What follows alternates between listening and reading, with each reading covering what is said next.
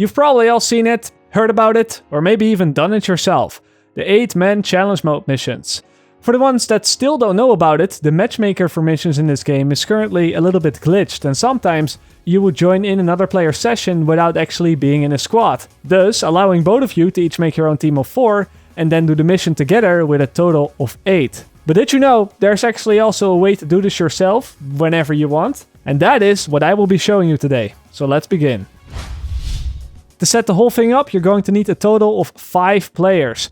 3 of those players need to be in the same group, and then the other 2 players should both be by themselves in their own instance. Then everyone needs to go to the mission that they want to play together. I'm using the Lincoln Tunnel as an example, but you can do this with any mission in the game, even the ones on hard or normal mode.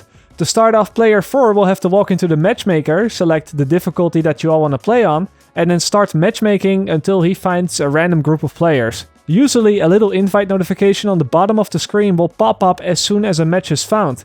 And you basically want to accept that. You want to join any random squad that the game assigns you to. Once player 4 is in the random squad, he needs to leave. And then after that he needs to join a group of 3 players that were already together. Make sure that you join the host of the group, however. In this case, player 1 is the host of the squad, so you want to make sure that you join player 1. Then the game will put player 4 into another loading screen.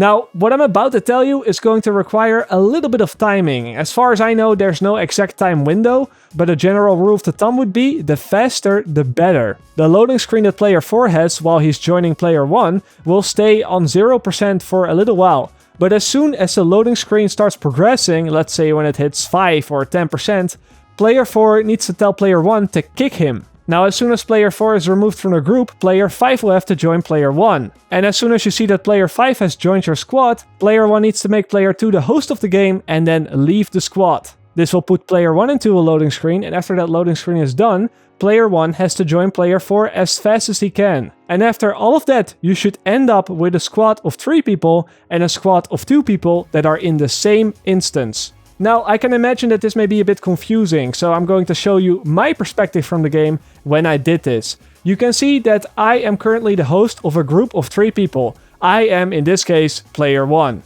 Then there's 2 more people in my squad. Together, we are the group of 3 people.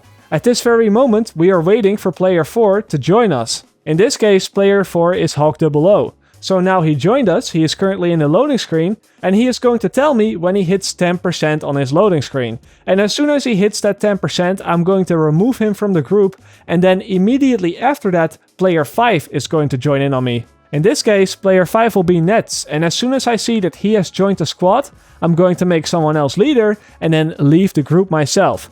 This will put me into a loading screen, and as soon as I get out of the loading screen, I'm going to search for player 4 on my friend list, in this case it was Hawk00, and I'm going to join his session. If done correctly, it should put me through another loading screen, and we end up having a squad of 3 players and a squad of 2 players. I will not go too much in depth on why it works this way and why you need to do it in this exact order. I think that would only cause confusion, but just follow this guide step by step and it should work every time. Now, of course, when you have the group of 3 and 2 players, both squads should now be able to invite friends until they have a total of 8 players. And then you can pretty much do whatever you want together.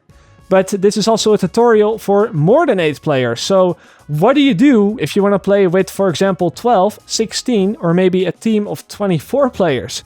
And you probably thought that it would get more complicated, but in reality, it is nothing more than just rinse and repeat. You can basically pretend that one of the squads doesn't exist. You put 4 of the players aside. I told everyone to get on the car close by, so there would be no confusion for me. Once the 4-man team is put aside, you can just do what you did in the first place. You get another 5 players with the same setup. 3 already in the group, and then you have the 2 other players both by themselves. You just repeat the whole thing. Player 4 searches a game by himself. He then leaves the random game. Then he joins player 1, and player 1 waits until his loading screen is on 10% and then kicks player 4. As soon as player 4 is removed from the group, player 5 joins in, and then player 1 gives the host to player 2 and then leaves the group. And then when player 1 is out of the loading screen, he joins player 4. And now again, you have a group of 3 players and a group of 2 players, both in the same instance. But because you also already had a full team of 4 players at the site, in my case on top of the car, you now have a total of 3 squads in the same instance, which add up to a maximum of 12 players. And you just do this over and over and over again until you think you have enough people, or until the game breaks. It's really up to you. Now this glitch is both a lot of fun to do and very useful at the same time, because 1, it will be a complete chaos if you were to play this with enough people. And 2, the enemies will not scale up beyond 4 players, so the missions will be super easy to complete and you will get rewards much faster. Additionally, you are also free to roam around with everyone through New York. You can fast travel from one safe house to the other, you can split up and later get back together. Once you are all in the same instance, you will not randomly disconnect or something like that. It's pretty obvious though that the game is not built around so much players together. Sometimes there isn't even a place left for you to take cover, and the game does have quite a few performance issues when so many players are all on the same screen. There's only one thing that you might have to look out for, and that is that the leaders of the squads do not leave the game. If that happens, the entire squad that belonged to that leader will disconnect. So, if you are the leader of your squad and you're about to leave, you have to go do something else or whatever, just make someone else the leader before you go. This way your friends can continue, and then maybe when you come back, you can join back in. And that was pretty much all for today. As always, I really hope it was helpful. Of course, I also hope you enjoyed, and I will see you guys later. Or like they say, in the Netherlands. Zie je later!